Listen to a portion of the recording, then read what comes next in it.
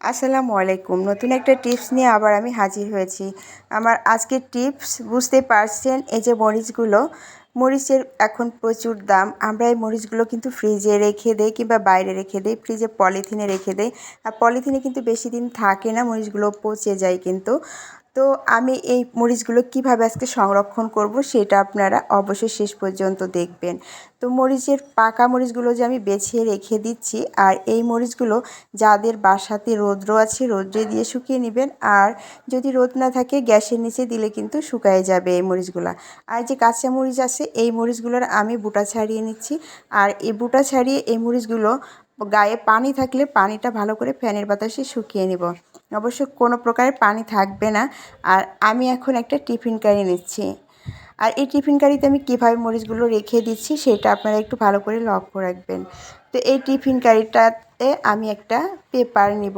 আপনারা ইচ্ছে করলে এই পেপারের ব্যাগ কিনতে পাওয়া যায়, এই ব্যাগগুলো নিতে পারেন।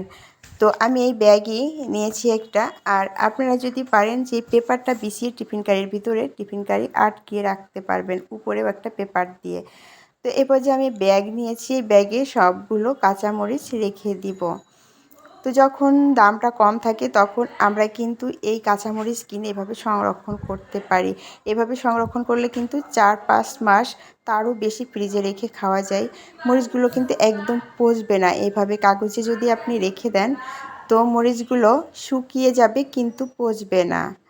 এইভাবে ঠিক টিফিন বাটিতে এভাবে রেখে দিবেন। আর যদি কোনো পেপারে রাখেন তাহলে পেপারটা কিন্তু উপরে আরেকটা পেপার দিয়ে রাখতে হবে।